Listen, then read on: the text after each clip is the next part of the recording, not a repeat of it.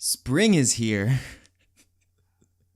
That means the start of the baseball season both here and in Japan. And this year, the start of 3 new baseball shows. I initially thought it was just 2.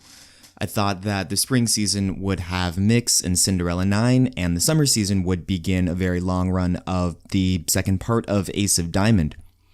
I was wrong. To my surprise, I woke up and found that the first episode of Ace of Diamond Part 2 had aired last night. Which is pretty interesting timing considering that it aired right after the end of the final of Senbatsu Koshien. So I guess I need to get started on these podcasts that I thought I would be starting on Friday when Mix premieres. So I haven't really made my feelings about Ace of Diamond clear. I do have a script already written out for a prospective video on the show. I am just deathly afraid of getting a copyright infringement. I already have a strike on my channel, and I don't need a second one before I wrap things up. So to give a basic overview of what I feel about this show, Ace of Diamond, a very long and popular baseball anime. It already has 125 episodes to its name, and I think if you were to type in the word baseball into the anime machine, this is the show that would come out. It hits all the notes of a major shonen, it is really beautifully animated, and it doesn't take a lot of risks. It has a very vanilla storyline. It introduces a ton of characters for all the fangirls to wrap themselves around. And it has this very easy and conservative approach to storytelling. This makes the show, very easily bingeable, and it's very entertaining for the most part. But I also don't really spend a lot of time thinking about it outside of the script that I wrote for a video that I hope will be produced down the line. I really do think that Ace of Diamond is an excellent introductory show for anyone who wants to get into sports anime. It is not very fantastical. It tries to keep everything grounded in reality, but all of the action shots are so hype and so incredibly animated that I think really anyone would enjoy it, even if you like baseball or not. But because I didn't really care for the storyline from the first couple of seasons, I didn't really have many pressing questions coming into this third season. I guess my biggest question coming in is after the years-long layover is how it would look, because this show is incredibly animated. It looks fantastic. And I wonder what a few years of animation advancements would do to improve the show. And we see that in the first couple of minutes of this first episode. What the show does in the first 5 minutes is give a recap of the first season and the second season, and spliced in between a lot of these clips are still shots of Koshien Stadium at sunrise. So you see a lot of really incredible details like the dew on the grass or the shading on the seats. It is basically a few minutes of stadium porn, and I'm really into it. The recap does this Herculean task of trying to summarize the first 125 episodes, and it doesn't really go too much into detail, but it gives you enough about the show's attitude, the things it's trying to say, and just enough of a recap to know where you stand right now, which is really important because this show drops you right in to where we left off. Where we left off was Sato making it to the Senbatsu Koshien, the Spring Invitational, after winning the Tokyo tournament in the fall. And as soon as it gets its 5-minute recap over and reintroduces you to the characters, it hits us right with the joke and the type of humor that makes Ace of Diamond just so repetitive and so tiring. And it also uses this time to reintroduce us to the characters. Whenever a ball is hit to a player, a name tag comes up so we can refamiliarize ourselves with the characters that we have learned about in the previous 2 seasons. And this is pretty important because I wouldn't call this show a character-driven show, but considering that all of these characters are kind of just these archetypes that fans are supposed to wrap themselves around, it's important to remind yourself of the character that you attach yourself to.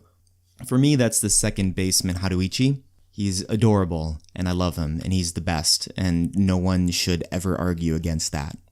What I find pretty interesting from my fans' viewpoint of Haruichi is that there are 2 shots in this episode where you see a clear view of his eyes, and I feel like we've gotten 2 shots total of his eyes in the first 125 episodes or something like that.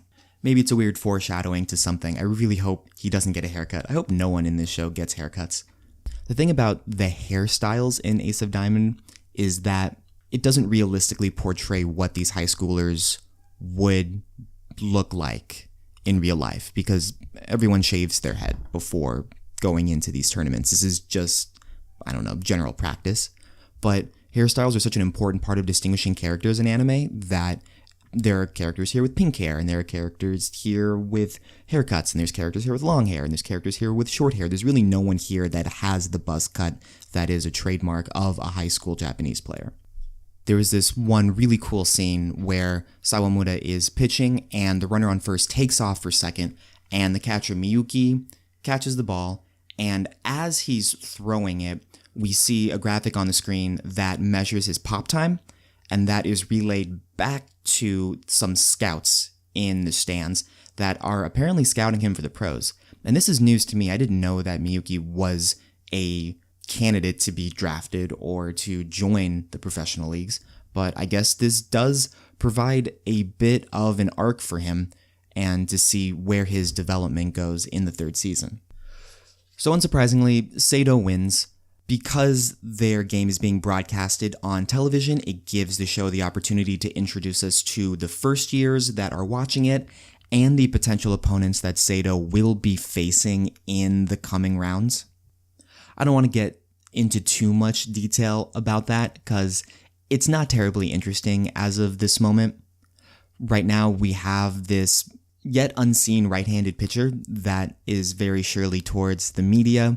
He seems very unfriendly, and he can hit low 90s on the gun, and it's pretty evident that we're going to be seeing our heroes face off against him pretty soon. And really the only burning questions we have coming from this episode is how far is Sato going to go in the Spring Koshien, and how much of this show is going to be dedicated to Sato being in Senbatsu?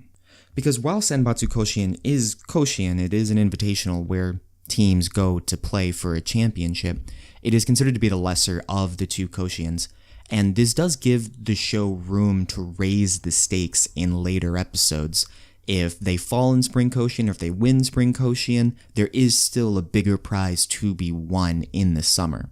And I think it's really important that it gives itself the opportunity to raise the stakes because there are 56 episodes that are lined up for this coming season, and that is a lot of time to fill. Doing some back of the envelope math, that would give Ace of Diamond over 180 episodes in total, which would make it probably the longest running baseball anime. I'll probably have to check on that. There may be a really old one like, I don't know, Otakodo Ahu that may have surpassed that in episode time, but honestly, 56 episodes constitutes more than a year's worth of baseball anime to look forward to.